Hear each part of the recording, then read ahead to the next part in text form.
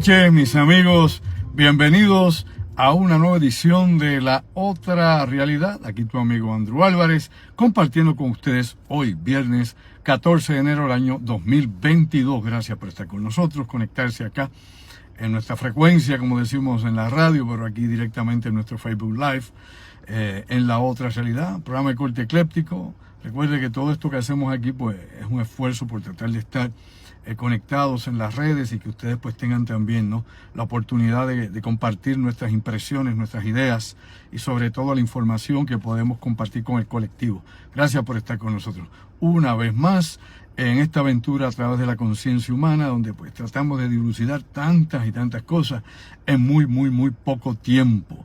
Recuerden que dentro de un ratito estará conmigo vía telefónica MIDI y mi gran amigo, el ingeniero Orlando Pla, como casi siempre. La pasada semana no se pudo, no estaba conmigo quien está aquí a mi diestra, mi productora Denise Vega. Hola, Denise. Saludos, Andrew, y saludos a todos los amigos que están como siempre pegaditos con nosotros ahora en este nuevo año del 2022. Sí. Wow, chévere. Bueno, vamos a ver qué nos trae este año, vamos a ver qué todos podemos aportar. Hay mucho trabajo que hacer, hay que crear talleres si no hay, como dicen. Si Mahoma no va a la montaña llama a Mahoma, y si no hay pan, pues ya usted sabe, cambiamos el pan por otra cosa.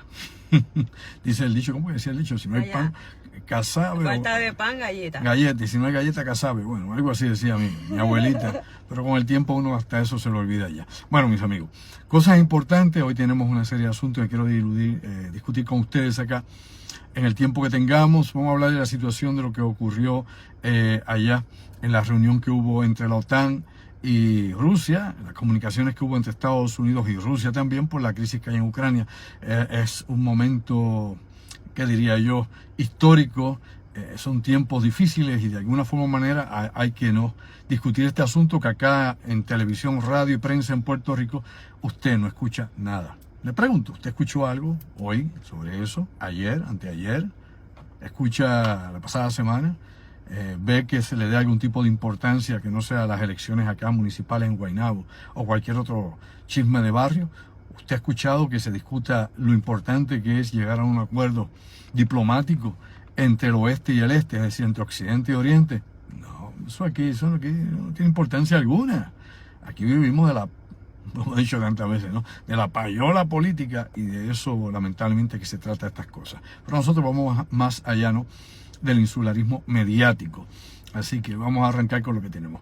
Antes de comenzar directamente en la información que quiero tener con ustedes, quiero compartir un pensamiento que hace muchos años, hay muchas cosas que a veces yo daba ya en la radio, cuando estaba en Radio Isla 1320, a las 10 de la noche, y siempre pues dábamos algún tipo de pensamiento, algún tipo de idea, tanto filosófica como política, o inclusive de índole metafísico. Y yo creo que hay cosas que tenemos que aplicar en nuestra existencia, y de reconocer cuáles son los valores importantes para que una sociedad pueda avanzar, para que podamos tener, ¿no?, algo que sea una apertura, recordando que las revoluciones comienzan todos en los callejones.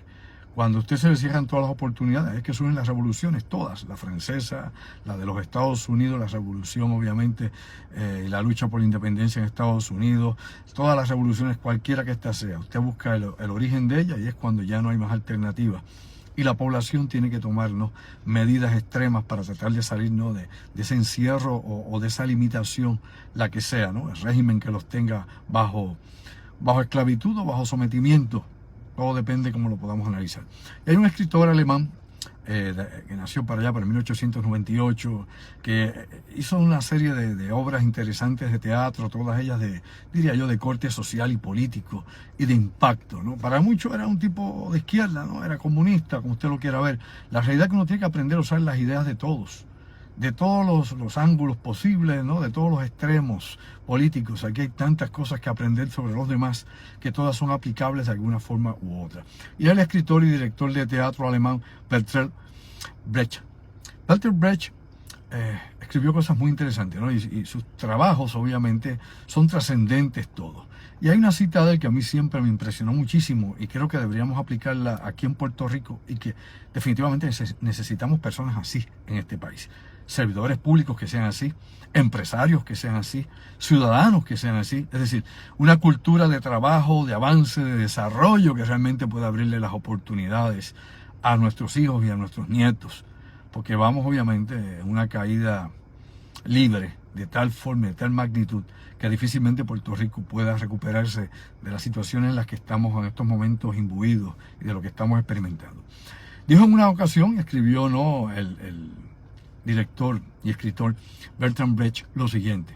En una ocasión dijo, hay hombres que trabajan un día y son buenos. Hay hombres que trabajan muchos días y son mejores. Hay hombres que trabajan años y son muy buenos. Pero hay hombres que trabajan toda la vida. Esos son imprescindibles. Esos son los que necesitamos siempre. Hombres y mujeres que trabajen obviamente por la sociedad, por la familia, por la nación, por el mundo, por la humanidad. Gente que obviamente esté dedicada en cuerpo y alma a hacer algo por el prójimo, darnos cuenta que todos somos uno y componemos el uno.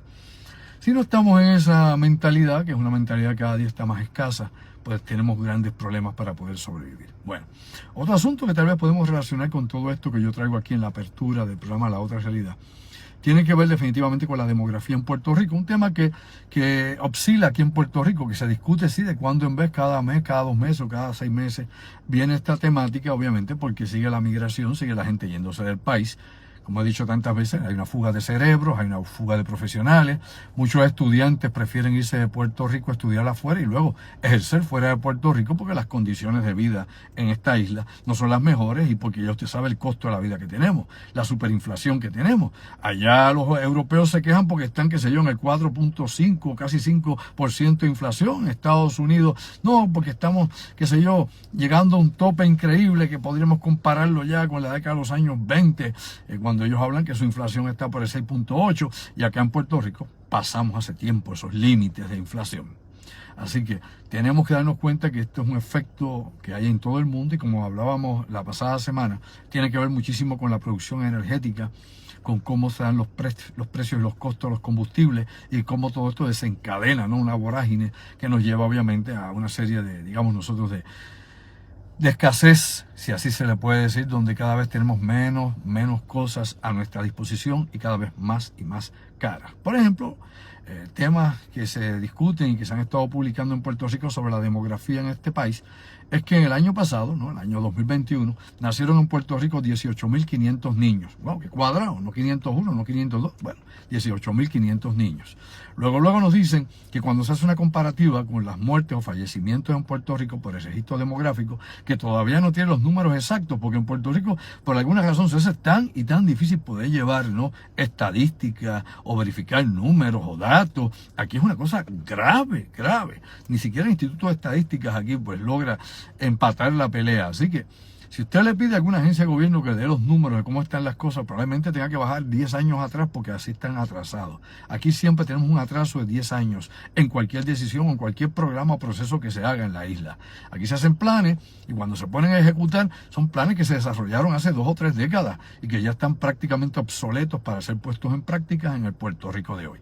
Y es una realidad que hemos vivido por tanto tiempo. Bueno, nos dicen eso. Nos dicen que en Puerto Rico nacieron 18.500 niños el pasado año y que las muertes suman más de 31.000 personas. Todavía eso no está cuadrado, sobre 31.000 personas. Es decir, ahorita estamos duplicando en muerte los nacimientos en Puerto Rico. Lo que nos dice eso, pues simplemente que por cada pareja de puertorriqueños que se casan, tienen 1.2 hijos.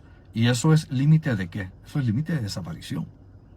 Es decir, la sociedad va a desaparecer, por lo menos los puertorriqueños que habitamos aquí, porque con 1.2 por pareja no hay forma o manera a nivel demográfico ni a nivel antropológico de que un pueblo pueda subsistir. Es un tema recurrente, lo he hablado anteriormente en muchísimas ocasiones, lo hemos discutido inclusive en conferencias donde hablamos de la migración, por ejemplo, africana y del Oriente Medio y la cantidad de musulmanes que llegan a Europa y cómo está impactando esto en las sociedades de Alemania, las sociedades de Francia, las sociedades europeas en general, con todas ellas, con la cantidad obviamente de estos migrantes que tienen su tasa de nacimiento, ¿no?, por pareja de 7.4 hijos por pareja.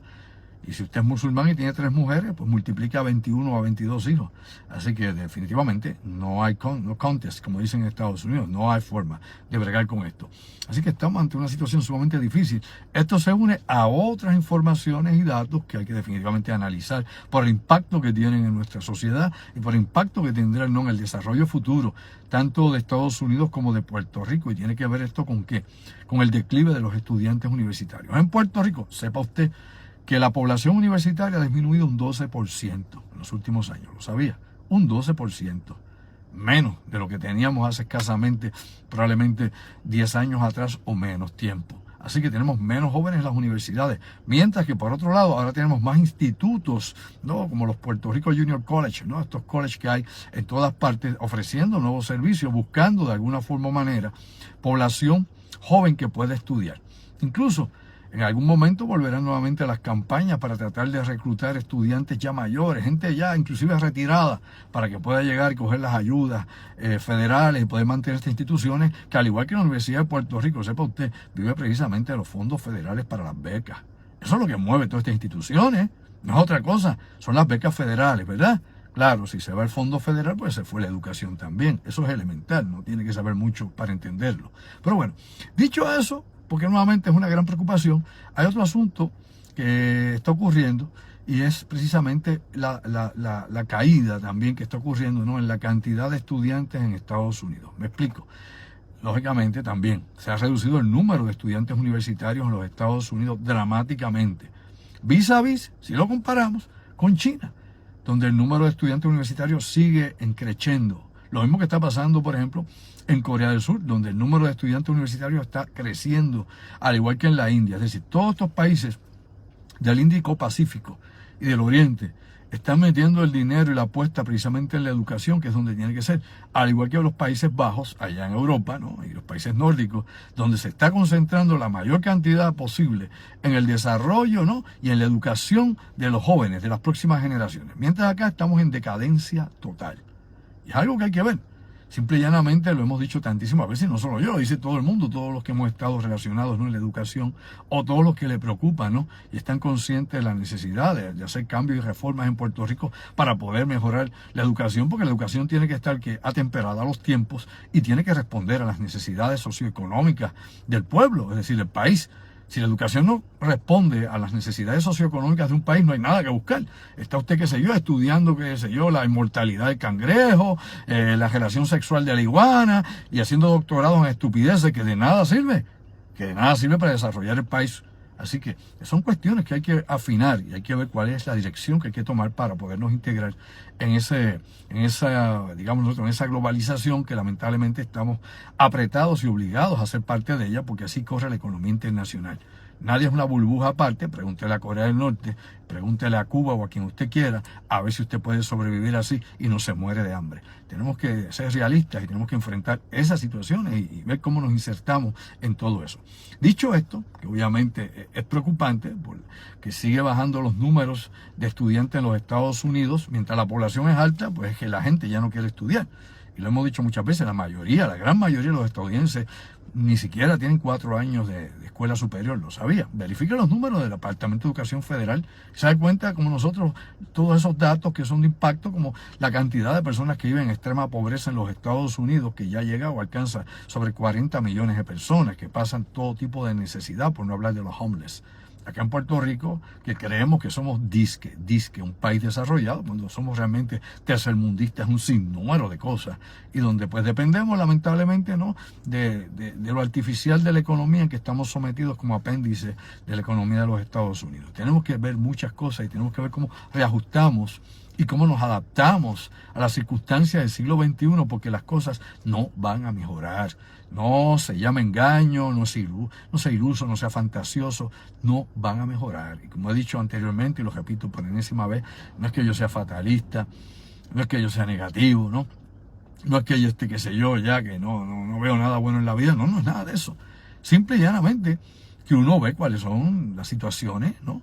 La información que se tiene, qué es lo que está aconteciendo, qué es lo que hay frente a sus ojos, Y usted se da cuenta que la oferta es fatal, la cosa no está bien. Dicho todo eso, pues vamos a otra cosa que yo creo que es importante también, que toquemos de lo que está ocurriendo en todo el mundo. Precisamente hablando de eso, voy a tocar algo ligeramente sobre África, algo que me preocupa a mí y que preocupa a todos los que de alguna forma u otra tenemos conciencia sobre lo que pasa en nuestro planeta y nos preocupa a la humanidad, y es lo que está sucediendo al norte de Etiopía, ¿no? En Tigray. Hemos hablado aquí muchas veces, inclusive con el ingeniero Orlando Pla, que ha traído este asunto varias veces durante el pasado año. Obviamente el conflicto militar que hay allá entre paramilitares, ejércitos y guerrilleros en Tigray. Las Naciones Unidas nos han dicho que desde mediados de diciembre no han podido enviar ningún tipo de ayuda en alimentos y medicinas. Es decir, allí ven millones y millones de personas que están en una hambruna total debido a los combates, debido a que la escalada bélica está fuera de control. Y en estos momentos pues no hay forma de ayudar a los civiles inocentes que viven allí, niños, mujeres, viejos, todo el que no esté metido en la guerra allá en Tigray. Y esto es importante porque esta región que yo mencioné hace un momento, al norte de Etiopía, está en disputa. Algunos quieren ser, qué sé yo, una nueva república africana, otros países quieren ese territorio integrarlo al de ellos, al igual que Etiopía. Pues todo esto, lamentablemente, pues ha traído esta desgracia humana de las muchas guerras civiles que hay en África, las muchas que sobrepasan en estos momentos, y verifique, busque información, vamos a despertar durmientes, más de una docena de conflictos en África. Así que la cosa allá está desestabilizada y nadie hace nada. Pues bien, nos dice el Programa Mundial de Alimentos que está esto estallando ya, obviamente, en una crisis o al borde de un desastre humanitario, ¿no? Una crisis devastadora que debe llevar, obviamente, a esta región de África, como ocurrió hace ya en el pasado siglo, en la década de los años 90, como ocurrió, por ejemplo, con los Hutus. ¿Se acuerda usted? Esa situación que surgió en Ruanda, donde mataron de 500.000 a 1 millón de personas en meramente 8 meses, ¿eh? Cuando los Hutus mataban a los Hutis, cuando había toda esta persecución. Bueno, eso está ocurriendo en África en muchos lugares, y usted no escucha realmente que las Naciones Unidas ni los países que tienen el poderío político, económico, militar hagan algo para impedir esto, y no hay intervención. Usted ve que no hay cascos azules, usted ve que a nadie le interesa, porque las regiones que están en conflicto donde hay recursos naturales son las regiones en las que se intervienen. Si no hay los recursos que quieren las grandes multinacionales, pues allí nadie interviene, y olvide y vive, que esa gente se la lleve tío peluca. Bueno, dicho todo esto, hay algo más también interesante. Antes de llegar con Orlando, tengo 2 o 3 temas que quiero tratar rápidamente aquí. Uno tiene que ver con una intervención que ha hecho el Servicio de Seguridad de Rusia, el FSB, que es el equivalente al FBI en los Estados Unidos, y obviamente dieron un anuncio el viernes de que intervinieron directamente con los hackers de Revil. Revil es una organización criminal que opera desde Moscú y San Petersburgo, y que son, bueno, autores de un sinnúmero de ataques y de robo de información de compañías en Estados Unidos. Muchas de aquellas acusaciones que se hicieron durante la época de Obama, que se hicieron inclusive durante la época de Trump, iba directamente contra claro, hay otros grupos más allá en Rusia, pero específicamente contra este grupo Revil. Y la realidad de todo esto es que los autores de todo esto fueron arrestados en estas 2 ciudades, la capital en Moscú y en San Petersburgo, y eran integrados por rusos y por ucranianos. O sea, en eso de robar dinero y de hacer este tipo de hackeo, pues los rusos y los ucranianos no se pelean, se pelean los gobiernos. Acá ellos se entienden y los criminales se resuelven.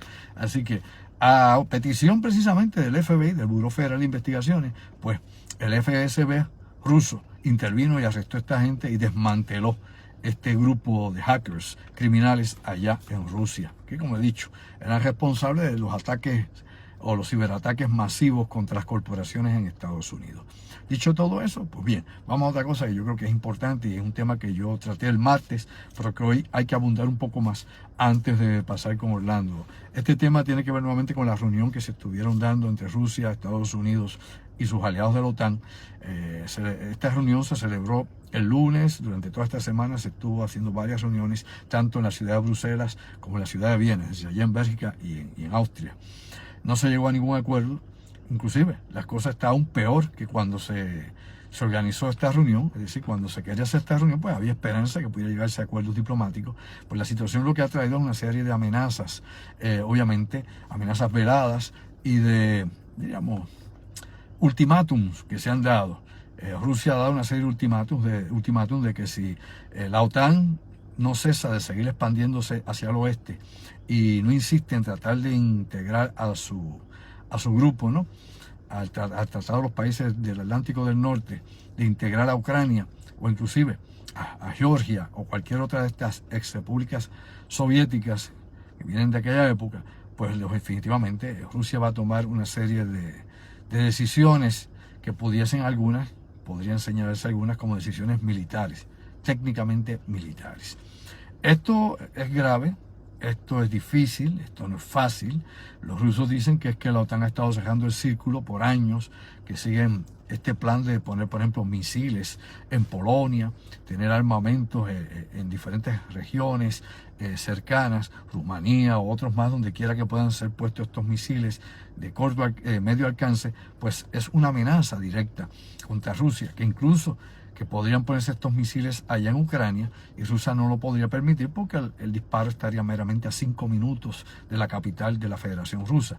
Así que previendo, ¿no?, de que esto pudiera pasar en el futuro por alguna razón, cierto o falso, los rusos han dicho que tienen que hacer un cambio, que definitivamente la OTAN tiene que respetar la promesa que se le hizo a Mikhail Gorbachev de que la OTAN no se iba a expandir hacia el este. Pues esto lamentablemente sí ha sucedido. Por otro lado, los rusos están haciendo presión de diferentes maneras. ¿Qué pasa? Nos han dicho que la posibilidad de guerra es real, no lo digo yo, lo dice tanto Estados Unidos como la OTAN como los rusos, que eso obviamente es el último que se decide, lo más extremo, que no se quiere llegar a eso, pero que no hay hasta este momento acuerdo, que Rusia simplemente ya puso, como dicen, sus barajas sobre la mesa, está exigiendo que Estados Unidos y la OTAN hagan compromisos escritos de acuerdos donde todas esas observaciones que ha hecho Rusia, esas peticiones se cumplan. Por otro lado, la OTAN y Estados Unidos exigen a Rusia que no intervenga ni invada a Ucrania, si no va a haber consecuencias dramáticas, pero las consecuencias que ha anunciado Estados Unidos y los aliados europeos son consecuencias económicas, inclusive directos sobre Vladimir Putin y todos sus camarillas. No así un ataque militar. Aunque no se ha descartado, obviamente la represalia militar también está sobre el escritorio del presidente Joe Biden. Y el Pentágono la considera como obviamente importante en caso de que hubiese una invasión en el mes de enero o en el mes de febrero, que es cuando esa área pantanosa que hay, que divide la frontera entre Rusia y Ucrania, pues se pone más dura, ¿no? Se congela y las tropas y las unidades blindadas pueden cruzar de Rusia a Ucrania. O sea, hay muchas cosas que están en estos momentos sucediendo. Yo no sé si va a haber una invasión, no, yo no sé. Ni usted tampoco. Nadie sabe. Pero, lógicamente, los que están a cargo de la cuestión militar, ¿no?, y los que son estrategas y todo lo que pueda ser información de inteligencia que se está manejando, pues lleva siempre hacia lo peor. Es decir, ellos piensan en lo peor siempre, ¿no?, en la peor posibilidad, en el peor de los escenarios. Ahora, algo surge de todo esto y una discusión, con esto cerramos esto que planteo ahora, una discusión que hay sobre la posibilidad de poder instalar, ¿no?, infraestructura militar en Venezuela o Cuba, ¿no? Esto es un rumor que está surgiendo y que se ha estado mencionando inclusive dentro de los grupos de inteligencia occidentales, donde, por ejemplo, el viceministro de Relaciones Exteriores de Rusia, Sergei Ryabkov, fue entrevistado en estos días e indicaba que él ni negaba, oiga bien, ni negaba ni admitía de que esto pueda pasar o que esto esté en planes. No lo niega, no lo admite, se parece a los Federicos aquí en Puerto Rico. Ni lo admite ni lo niega. Que es posible, que tal vez no, pero que él no puede dar ese tipo de información. ¿Ok? Y esto es importante que sepamos que no es la primera vez que se plantea, porque en la época en que estaba la Unión Soviética, había un batallón de guerra, ¿no?, del ejército, un batallón de infantería del ejército ruso o del ejército soviético allá en Cuba.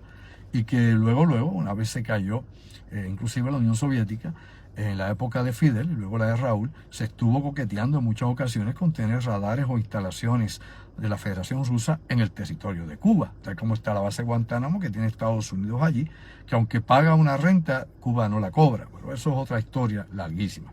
Por otro lado, ahora se plantea la situación de Venezuela y ya en la época de Hugo Chávez se había platicado muchas veces entre rusos y Venezuela sobre poner allí muelles y unidades anfibias o navales que pudieran llegar de Rusia a tener como base de operaciones para el Caribe Venezuela.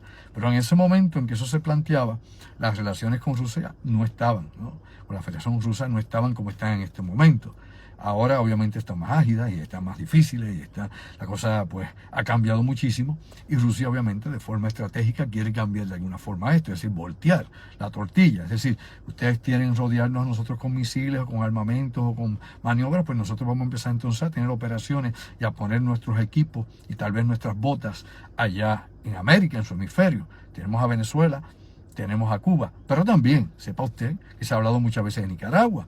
En Nicaragua, por ejemplo, hay estaciones rusas de comunicaciones, hay estaciones chinas de comunicaciones en Nicaragua. Inclusive en Venezuela, usted tiene allí la fábrica de los Kalashnikov, ¿no? Los famosos AK-47 que se fabrican en Venezuela.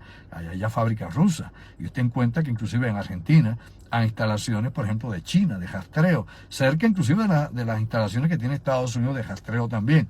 Así que esto es un ajedrez internacional, como muchas veces he dicho, y aquí se siguen moviendo las cosas. Así que habrá que ver en cuál de todos ellos. Por el momento, lo que se menciona es Cuba y Venezuela. Nicaragua no se ha señalado, no se ha indicado en estos momentos, pero estos dos lugares como pudiesen ser tal vez los sitios idóneos para poner infraestructura militar o inclusive personal militar. Por otro lado, Jake Sullivan, ¿no? Que es el asesor de seguridad nacional de los Estados Unidos, ha indicado que no van a responder a este tipo de fanfarronadas que puedan ser dichas por los rusos, por quien sea. Y que eso no se planteó inclusive en el diálogo y la discusión de las reuniones que se llevaron a cabo allá en Bruselas y en Viena.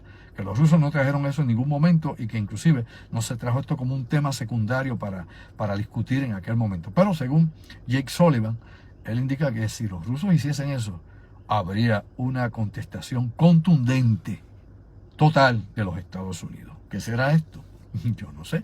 Con la boca es un mamey. Hay muchas cosas que ocurren y que después no se realizan. Por otro lado, Sergei Lavrov, que obviamente es el ministro de Relaciones Exteriores de Rusia, sigue poniendo el dedo en la llaga y sigue indicando que Estados Unidos no se debe quejar de que los rusos tengan operaciones en el Caribe o en el Atlántico, si ellos lo tienen obviamente en el Mar Negro, si ellos están obviamente en regiones de los Balcanes y en otras zonas más, en el Ártico cercano obviamente a instalaciones rusas y a la frontera rusa, donde ellos continuamente tienen aviones espías, así que ellos espiarán a Hawái, ellos espiarán el Caribe, y cuando dicen que van a espiar el Caribe o que van a vigilar el Caribe, usted sabe a quién se refiere, ¿verdad? ¿A Jamaica? No a Jamaica, no. ¿A República Dominicana? No. Haití, hombre, que Haití, no, nada de eso. A Curazao, no. A Puerto Rico, elemental. A nosotros. Así que nuevamente aparecemos ¿dónde? En el hit parade. Nuevamente aparecemos en el mapa estratégico militar.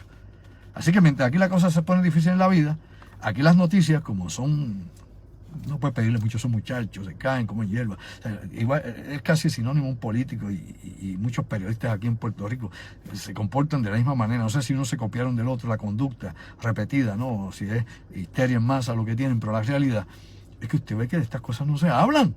Y ahí están las noticias internacionales, por amor a Dios, búsquenlas, despierten, discutan, analicen. Y esas cosas en Puerto Rico no se hablan, porque aquí tenemos el insularismo mediático. No hay otra. ¿Por qué? No hay otra. Pues bueno, ahí están esas cosas, esas señales que obviamente no son señales de humo y que nos tienen que poner a pensar más allá de lo aparente. Le voy a pedir acá a mi productora Denise B que se comunique con mi directo amigo y colaborador, el ingeniero Orlando Prat. Tengo muchos asuntos que tratar con él y en lo que Orlando contesta, la venia acá de todos mis buenos amigos, vamos a darle un poquito de agua para refrescar un poco la garganta en esta segunda parte del programa de esta noche. Un momentito por acá. Salud. Gracias. Agua limpia y pura, decía que el anuncio hace tantos años en mi Puerto Rico. Bueno, hay que queda de mi país, que tantos aman y que tantos admiran también, aún con todas y las situaciones terribles que a veces vivimos aquí continuamente. Vamos por ahí, en lo que contesta Orlando en un momento, pues vamos a hablar una serie de temas con él bien interesantes que tienen que ver con lo que está aconteciendo en el mundo. Está ocupado eso, pero por ahí vamos. Ya mismo nos conectamos con nuestro buen amigo Orlando Prat. Este año es un año de retos, no solamente por esto que yo estoy hablando aquí, sino porque hay más cosas todavía de las que vamos a tener que enfrentar con esta situación del calentamiento global, donde hoy precisamente, en estos últimos días, se han roto los récords de temperatura tanto en Argentina como allá en Australia. Recuerde que eso está en el área boreal, pero austral, boreal es acá, Canadá, Alaska, Siberia, eso es boreal. Usted ve los famosos efectos que se dan en la atmósfera cuando hablamos, ¿verdad?, de esas luces de colores increíbles que se dan acá en el hemisferio norte. Por otro lado, pues allá en el austral la cosa está caliente. ¿Tenemos ya Orlando por ahí? Bueno, pues vamos ahora con nuestro directo amigo Orlando. Orlando, buenas noches. Buenas noches, Andrew, ¿cómo te encuentras? Muy bien, estamos tratando de comunicarte y como que no daba la señal, no llegaba. Pero aquí estamos, lo más bien, hablando aquí un ratito, algo cansado, pero vivo todavía. Orlando, par de temas interesantes quiero tocar contigo. Entre ellos, pues, hay un video que ha estado viralizado por todo el mundo, donde se presenta el asesinato de Trump, donde Irán, pues, aparentemente ha producido este video, como hay otros más donde se presentan ataques nucleares contra Estados Unidos, específicamente, producidos por países como Corea del Norte, los rusos y todo el que de alguna forma u otra quiere o tiene algo que resolver con los Estados Unidos. ¿Qué hay sobre este video y los demás? Pues mira, la diferencia de este video sobre los otros videos que se han presentado, como tú bien mencionas, de Corea del Norte, mostrando ciudades de Estados Unidos en llamas, sí. El famoso video de Rusia, donde se veían cabezas nucleares caer sobre el estado de Florida. Sí. Y uno que tú presentaste hace tiempo en una de tus conferencias donde se asesinaba de un balazo al presidente Bush, sí, cuando se iba a montar a su vehículo. Tiene la peculiaridad de que fue publicado en la página del Ayatollah Khomeini, de allá perdón, el Ayatollah Khamenei, de allá de Irán. Así que sale de la página del dirigente de ese país. Máximo líder. Este video básicamente muestra un campo de golf que está cerca de la casa de Florida del presidente Trump, Mar-a-Lago, donde entra un rover, ¿verdad?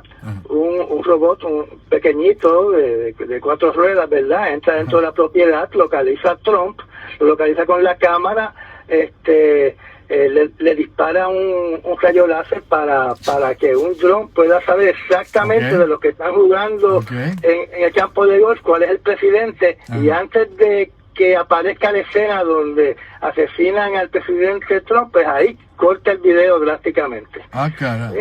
Así que esta es la peculiaridad, como dije anteriormente, es que esto se ha posteado en la página, o se alega que se ha posteado en la página del Ayatollah Khamenei. Y entonces, naturalmente, pues, en diferentes lugares de internet que son pro-Trump están preguntándole al presidente Biden qué va a hacer y qué va a hacer el servicio secreto para darle seguridad nacional, pero seguridad adicional al presidente Trump. Bueno, las amenazas siempre han estado. Todo presidente y expresidente tiene amenazas, tanto de enemigos domésticos como de enemigos del exterior. Y como tú has dicho, yo recuerdo aquel video que hicieron de Bush, que lo puse en una conferencia, hace muchos años, de George W. Bush, y hemos visto los diferentes videos destruyendo a los Estados Unidos, atacando juegos de guerra, por ejemplo, de China, de Rusia, de Corea del Norte. Y no sé hasta qué punto estas cosas pues sean parte de la guerra psicológica para amedrentar un poco, pero estamos en una situación bastante delicada. Oye, cambiando brevemente el tema, Orlando, la situación en el Polo Sur con los glaciares sigue empeorando. Hay una ola de calor terrible en Australia, hay una ola de calor terrible allá en Argentina hasta la Patagonia, y en el Polo Sur esto está obviamente también hot, en pleno verano austral. Sí, mira, no podemos quitarle el dedo a la situación que está ocurriendo en el glaciar Dwight, debido a que tú has mencionado en diferentes veces que has estado al aire de que se ha identificado de que este es el glaciar que comienza el apocalipsis, ¿verdad? Que si se derrite, pues suben los mares unos 4 pies de altura, pero a su vez se crea un efecto dominó donde los mares pueden subir a más de 10 pies de altura alrededor del mundo, que conlleva una pérdida estructural, ¿verdad? De estructura de trillones de dólares, más una emigración masiva de millones de personas que tendrán que buscar otro lugar donde vivir. Pues mira, resulta que lo último que tenemos respecto a ese glaciar es que el jueves de la semana pasada, salió una expedición de 32 científicos rumbo a este glaciar, y ellos esperan estar allí 2 meses antes de publicar cuáles son los resultados que van a encontrar en este estudio que van a hacer, donde ellos quieren saber si el glaciar se está derritiendo en su interior, o sea, en su corazón, si se está derritiendo en su periferia, o peor aún, si se está derritiendo por debajo del nivel del mar, que entonces no estaría a la vista de las personas, ¿verdad?, que ven el glaciar naturalmente desde un avión o desde un barco que pase cerca. Wow. La realidad, nuevamente, Orlando, es que la evidencia empírica, la evidencia in situ, lo que se está viendo, lo que los científicos están estudiando, lo que demuestra que estamos bien acelerados en ese calentamiento global. Los océanos están calientísimos, Orlando. ¿Qué está pasando, por ejemplo, las temperaturas que se han estado midiendo en océanos del planeta, que indican de que la energía concentrada en estos océanos, pues en algún momento va a desembocar en huracanes, tifones descomunales? Pues mira, respecto a eso, lo que te puedo decir es que ya salió a la luz pública el informe de las temperaturas oceánicas para el año 2021. Ajá. Y ese informe lo que indica, recordemos que estos científicos te van a dar la medida en términos donde ellos entienden, pero nosotros, los ciudadanos comunes, no entendemos. Exacto. O sea, ellos no hacen el reporte diciendo de que la temperatura del mar subió, digamos, 3 o 4 grados Fahrenheit, que es algo que nosotros podemos identificar y asociar cuando tenemos un día caluroso, ¿verdad? Y tenemos otro día más caluroso, ¿verdad? No, ellos te dieron la medida en cuánto calor ha absorbido el mar, que ha hecho que suba de temperaturas, y entonces ellos hacen una medida de 14 zetajoules, que el mar ha absorbido mucha más energía y está mucho más caliente que en el año anterior, 2020. Como tú sabes, para dar un poco de historia, el mar comenzó a calentarse más o menos para el año 1958, ¿verdad?, según las medidas de los científicos. Y cuando digo estoy hablando de un cambio de temperatura drástico notable.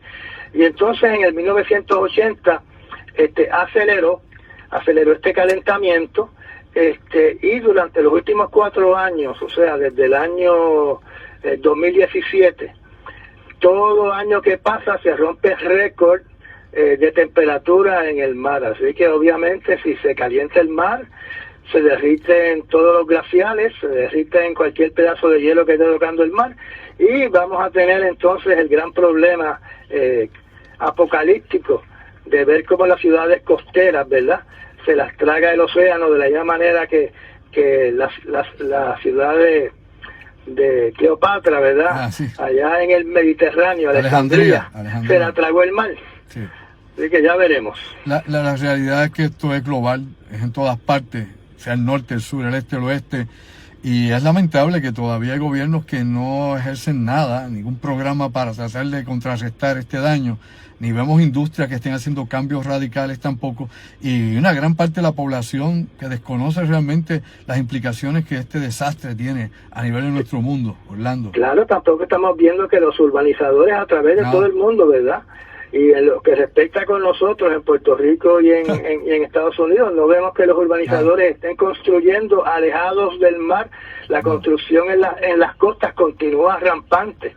Así que todo esto nos va a llevar a una situación crítica. La gente va a empezar a ver esto ya, definitivamente, directamente, en estos próximos 10 años, donde van a ver cómo ese nivel del mar va a subir en la Florida, en Nueva York, aquí en Puerto Rico, la zona de Cataño, Dorado, Isla Verde. La gente va a ver eso tan y tan directamente, entonces va a empezar el pánico. Toda esa gente que ha gastado dinero en real estate, en las playas, yo no sé cómo es que todavía, como tú mencionas ahora, Orlando, sobre los desarrolladores, todavía hay gente que está construyendo en la costa, pensando que va a tener ahí un sitio para ir a coger el sol y ir, qué sé yo, a surfear o a nadar libremente en la costa. La realidad es que esto va a sufrir un cambio descomunal. Vamos a ver qué pasa. La realidad es que es lo que nos traen los tiempos, Orlando. Por otro lado, hablando de consecuencias relacionadas con el cambio climático, cambios extremos, lo que está pasando, por ejemplo, con la cuestión del COVID-19 y todo esto que tiene que ver con el medio ambiente y la liberación de nuevos patógenos, cosas que tú y yo hemos hablado tantas veces.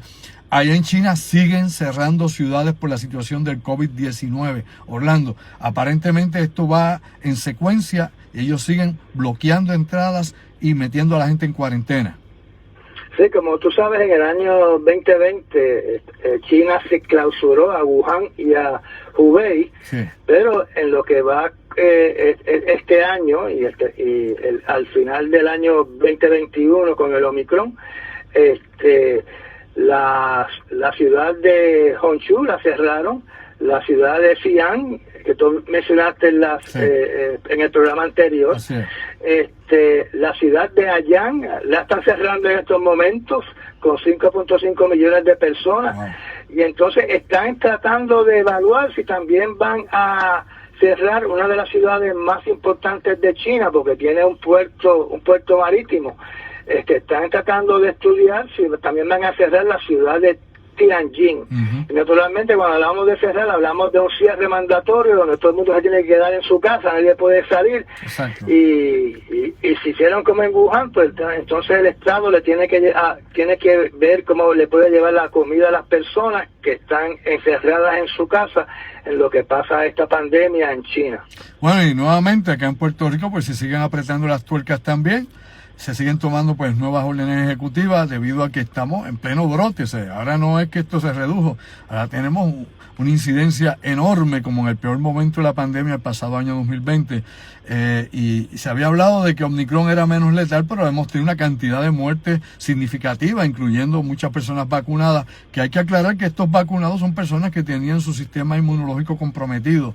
Lo que te dicen los protocolos de autopsia y lo que se ha dicho es que eran personas que tenían condiciones prevalentes, que estaban obviamente enfermas, crónicas y muchas cosas más. Pero de nuevo, Orlando, vuelve y surge la letalidad en una isla como Puerto Rico, ¿verdad?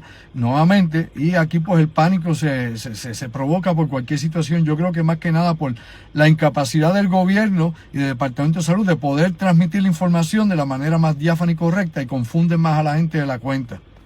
Sí, pero tenemos que también tener en cuenta de que tenemos que mirar estas muertes por ciento. Okay, por ciento. ¿Qué por ciento de no vacunados muere? ¿Qué por ciento de vacunados mueren? ¿Y qué por ciento de vacunados con boosters mueren? Y entonces cuando uno lo pone en por ciento, uno naturalmente ve que el por ciento mayor de fallecidos son los no vacunados.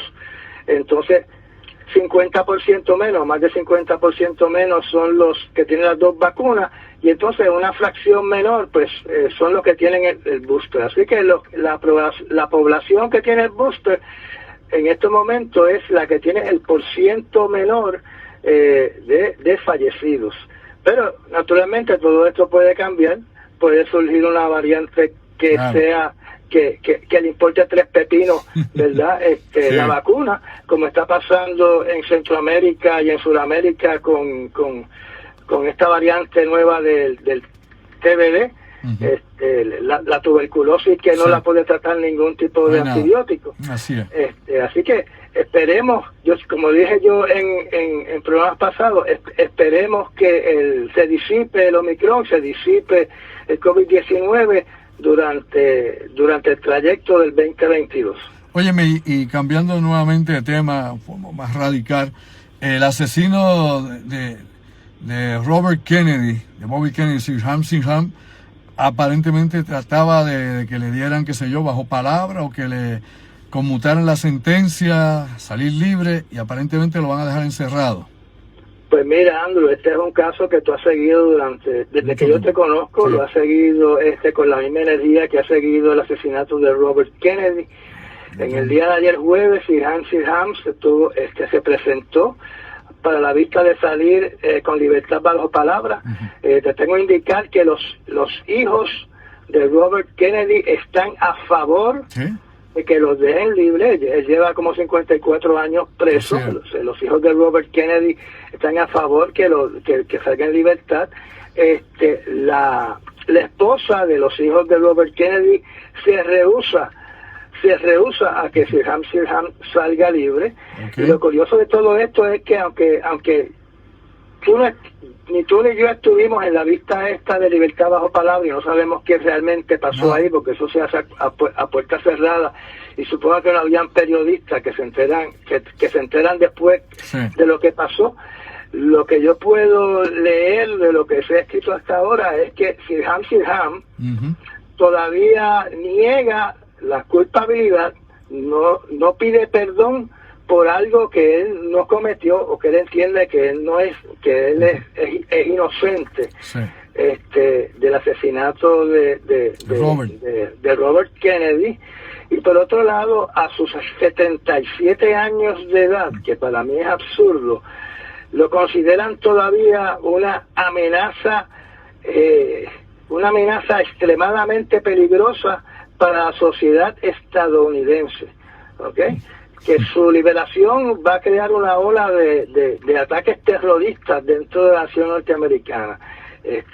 Verdaderamente, yo no sé de dónde es que sacan esa teoría de que este individuo, que como tú mencionaste una vez, después que lo arrestaron, no se recordaba ni qué fue lo que pasó. Estaba drogado. Que estaba como atontado, sí, que estaba drogado.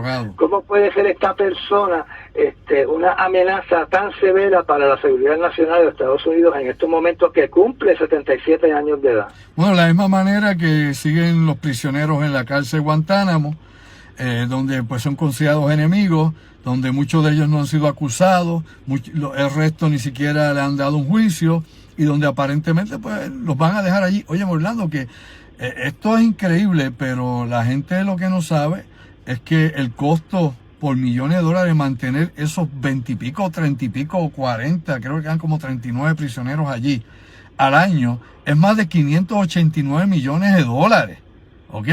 Ahí se va, y en un momento dado, estamos hablando casi una decena de miles de millones de dólares en tener la cárcel esa allí operativa en Guantánamo, en Cuba. Son cosas que uno se le va a la cabeza y dice, caramba, de verdad que yo no entiendo dónde está todo ese capital de dinero, si no es esto tal vez una forma de sacar chavos para otra cosa. Pero bueno, hablando de esa cuestión de servicios secretos, de terroristas y tantas cosas más, oye, me están construyendo una barrera en la zona de la Casa Blanca, allá en Washington. Sí, eso es así. Están construyendo una verja de cemento, una barrera de cemento alrededor de Casa Blanca, sí, donde naturalmente han comenzado muchos seguidores del presidente Trump a criticar, a indicar de que Biden le tiene miedo al pueblo norteamericano, y que se está escondiendo detrás de una barrera, ¿verdad?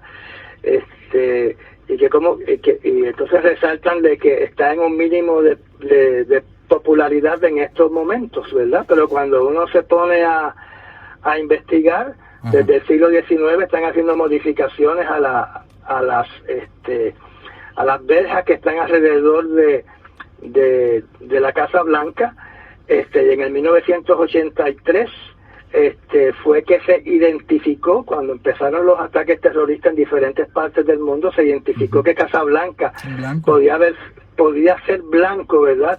De un camión bomba o de un carro bomba, y por lo tanto desde el 1983 están poniendo barreras temporeras alrededor de Casa Blanca, lo que se llama la barrera New Jersey, y casi todos los presidentes han tenido barreras temporeras para evitar posibles actos de terrorismo. La tuvo George Bush, la tuvo el presidente Clinton, naturalmente la tuvo el George Bush hijo, tan pronto empezó la guerra con con Irak y Afganistán, ¿verdad? Para proteger la Casa Blanca.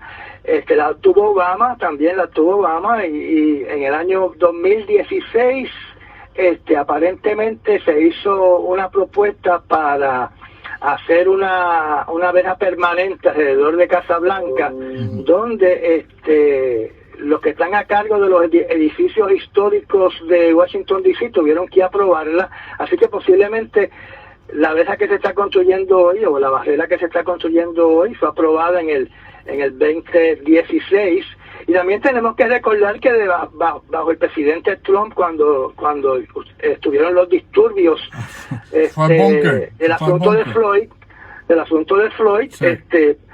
Trump mandó o se puso para proteger al presidente Trump de un posible motín, una barrera especial para evitar a estas personas que se trepan, ¿verdad?, por encima de las verjas. Así que tenemos que entender que estas son decisiones que la toma el servicio secreto para proteger al presidente y no son decisiones del presidente.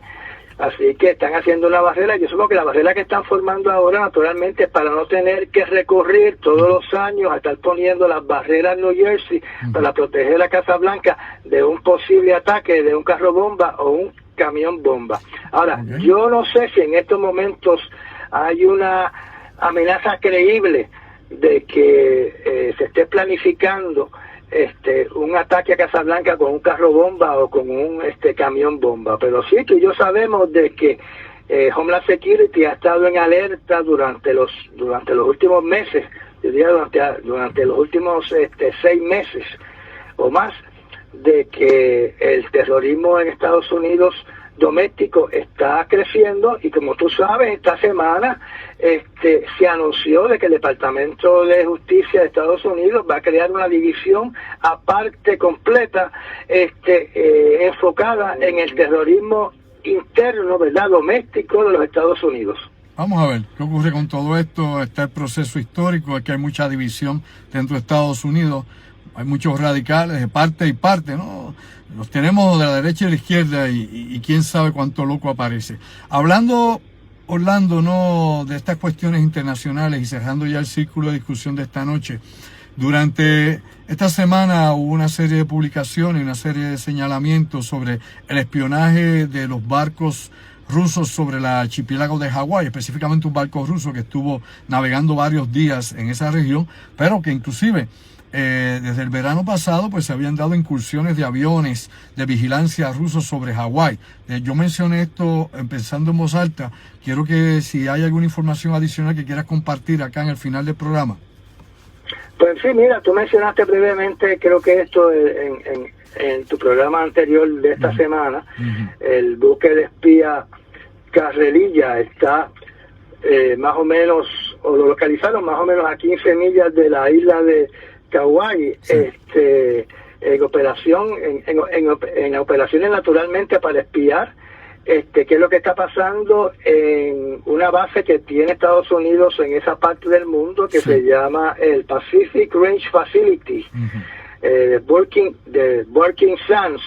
Y esta facilidad lo que hace es que prueba los nuevos misiles que está desarrollando Estados Unidos para destruir barcos de tierra a mar, ¿verdad?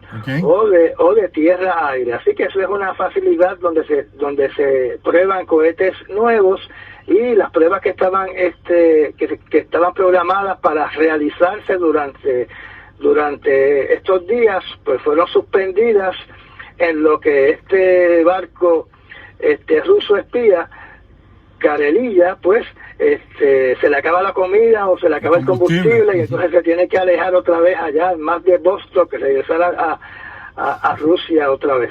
Oye, y hablando de la situación que mencioné hace un rato, estuve hablando aquí de Ucrania, que es un tema recurrente, y esta grave crisis que hay, y el no llegar a acuerdos diplomáticos y no poder resolver por las buenas todo este tranque que hay en estos momentos. hay un reporte que es sumamente preocupante y que indica que si Estados Unidos entrara en guerra en estos momentos, hay escasez de soldados, es decir, no tenemos suficientes soldados activos y en la reserva para poder llevar a cabo una guerra a gran escala. Pero no solamente hay escasez de soldados, tenemos acá en el mundo civil escasez de policía, escasez de bomberos, escasez de todo tipo de técnicos de emergencia, etcétera. ¿Cuál es el reporte? ¿De qué se está hablando esto en que faltan suficientes soldados o tropas para poder mantener una guerra a gran escala, Orlando? Pues sí, pues mira, los artículos que indican es que Estados Unidos necesita un ejército de más de 500,000 de soldados activos. Uh-huh. Esa es su matrícula óptima, ¿verdad? Y eso sumado a la Reserva y la Guardia Nacional, pues sumarían un total de más de $1 millón que podrían batallar en cualquier momento. Sí. Y como tú bien sabes, han ocurrido muchos problemas para que los reclutadores traigan nuevos soldados, sí, a reclutarse y entrenarse al ejército de Estados Unidos. Y ellos siempre han tratado de evitar tener que poner el servicio selectivo otra vez. Y entonces lo que están haciendo ahora es que van a dar un bono de $50,000 por uno firmar con el ejército por 6 años. Así que el que necesite $50,000, pues ahí tiene una oportunidad, le regalan $50,000, pero tiene que servir y sobrevivir naturalmente 6 años en el ejército de Estados Unidos, para poder gozarse, ¿verdad?, esos $50,000. Bueno, y para después poder usar el PX acá en Buchanan o donde quiera que vaya. La realidad es que nuevamente, para uno poder irse a la guerra, ¿no?, tiene que planificar, tiene que presupuestarla. No es que me caes mal o que me tumba la pajita de aquí y vamos con unos bombazos. Obviamente hace falta tener reservas suficientes, tanto económicas como reservas militares, reservas de energía. Esto es la logística completa que lleva a la guerra. Y si no tenemos suficientes soldados para poder enfrentar una guerra en Europa o una guerra en Asia o donde quiera que sea, pues obviamente esto limita la capacidad de acción que pueda tener Estados Unidos para iniciar un conflicto o inclusive para tener represalias, Orlando. Eso es así. Y quiero añadir algo que leí de un profesor, de una universidad estadounidense, uh-huh, que en cuanto a Ucrania, lo que él dijo es que él indicaba de que la mejor estrategia de Rusia y China, uh-huh, es que los dos atacaran simultáneamente.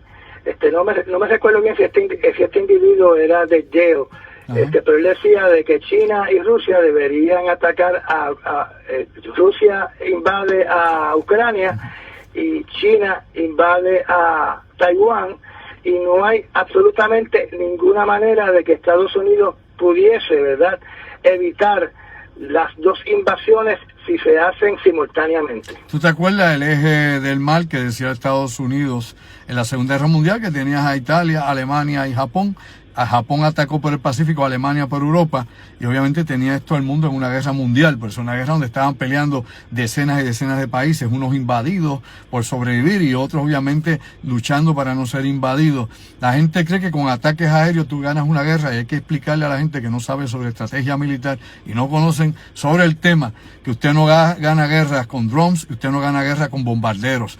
Si hubiera sido así, hubiéramos ganado la guerra de Corea y hubiéramos ganado la guerra de Vietnam. Elemental, nada más con el testigo. No se pudo ganar la guerra de Afganistán ni con drones, ni con helicópteros, ni con bombarderos. Así que hay que saber algo de esto para entonces uno poder tratar de explicar las cosas fáciles. Y la realidad es que si no tienes botas sobre el terreno, no hay forma de ganarle al enemigo, a no ser que use bombas nucleares. Y si vas a usar armas de destrucción masiva, vas a hacer obviamente también sufrir las represalias y que te las devuelva, Orlando. Claro que sí. Y en el caso de Ucrania, si Putin le garantiza a Europa de que va a tener, no se va a interrumpir su comida y no se va a interrumpir claro, el flujo de gas natural o cualquier otro combustible, como tú sabes, uh-huh, no es la primera vez que traicionan a Estados Unidos. No es la primera vez. Sí, no es la primera vez que sus aliados lo traicionan. Así y entonces se vería solo luchando en un frente de batalla a miles y miles de millas de distancia. No, definitivamente no es negocio ponerse a pelear en Ucrania si no se comprometen sus aliados de la OTAN, que son los que están allá al lado, y si hubiese obviamente una gran guerra y se extendiera Rusia, como lo pensó en algún momento la Unión Soviética durante aquella época, la Alemania estaba dividida con el muro de Berlín, y que tenía aquellas enormes cantidades de unidades que eran posibles invasoras para Europa. Por eso surgió la OTAN. La realidad es que Estados Unidos no tiene que meter las narices allá donde no tiene apoyo. Pero bueno, Orlando, vamos a ver qué pasa. Este es un mundo loco y aquí pasan tantas cosas y un día uno es sí, otro día otro es no. Vamos a cruzar los dedos, ¿verdad? A tener fe de que vamos a sobrevivir un día más y que en algún momento caerán en cuenta de que el enemigo más grande del ser humano somos nosotros mismos y que el daño que estamos haciendo al planeta es más peligroso que inclusive todas estas amenazas bobas. Orlando, espero poder comunicarme contigo el próximo viernes y que podamos seguir este coloquio entre nosotros. Un placer otra vez estar en tu programa, de tenerme como invitado, y me saludas a todos los que te oyen y los que te están viendo en estos momentos. Claro que sí. Gracias, Orlando. Cuídate mucho. Bueno, mis amigos, era el ingeniero Orlando Pla. La realidad es que se ha discutido esto hasta la saciedad. Hay tesis, libros, de todo hay escrito, hasta novelas, por aquello de la ficción, sobre la posibilidad de una guerra termonuclear y de implicar o usar este tipo de armas de destrucción masiva donde no hay ganadores. Esto se ha puesto en computadoras, esto se analiza en todas partes, se ha hecho todo tipo de medidas, habido y por haber, y de proyecciones de toda índole desde la década de los años 50, y no hay ganadores. Dispare quien dispare primero, no hay ganadores. La destrucción es masiva y las consecuencias pues son descomunales, son terribles, son devastadoras, y los efectos colaterales de la radiación y de tantas otras cosas más pues rompen la cadena de la vida. Y ya que estamos en pleno cambio climático y todo esto que hay, esto sería lo peor, ¿no? Esto sería, qué sé yo, ponerle la cherry, el frosting y que se acabó el bizcocho. Bueno, mis amigos, hemos llegado al final del programa. Denise, ¿algo más que quieras compartir? Que has hablado tanto hoy. Estaba acá trabajando en otras cositas, que compartan este vídeo y darle las gracias, siempre estar en gratitud porque seguimos vivos y porque te siguen apoyando y compartiendo todo lo que haces. Así que esperen cositas nuevas, que ya prontito estamos trabajando con unas ideitas que les van a gustar mucho. Claro que sí. Bueno, mis amigos, gracias. Estoy yo aquí con el baja. Esos días que uno está ya cansado de que sea el viernes. ¿Viernes? ¿Es viernes? Mi madre, el cuerpo lo sabe, como dicen, pero no, es que vamos a descansar. Sí. Bueno, mis amigos, gracias a ustedes, como siempre, por estar conectados con nosotros. Compartan este video. Este video va a ser puesto en YouTube para mis buenos amigos en YouTube, que siempre nos dan apoyo también. Ustedes son la razón de ser de lo que hacemos. Un poco acá de mi música compongo para mi banda erótica y vamos a ver si la cosa se normaliza por enésima vez, por amor a Dios. A ver si ya podemos volver a normalidad y volver a tocar y volver a vivir un poquito más la vida, aparte de todas estas preocupaciones y todo este ir y devenir de cosas. Se me cuidan mucho. Será hasta el próximo martes a las 7:30 en nuestro segmento que tenemos acá de Pensando en Voz Alta, y se lo decimos Denis y yo una vez más. Sayonara. Buenas noches, se me cuidan mucho. Vamos para casa.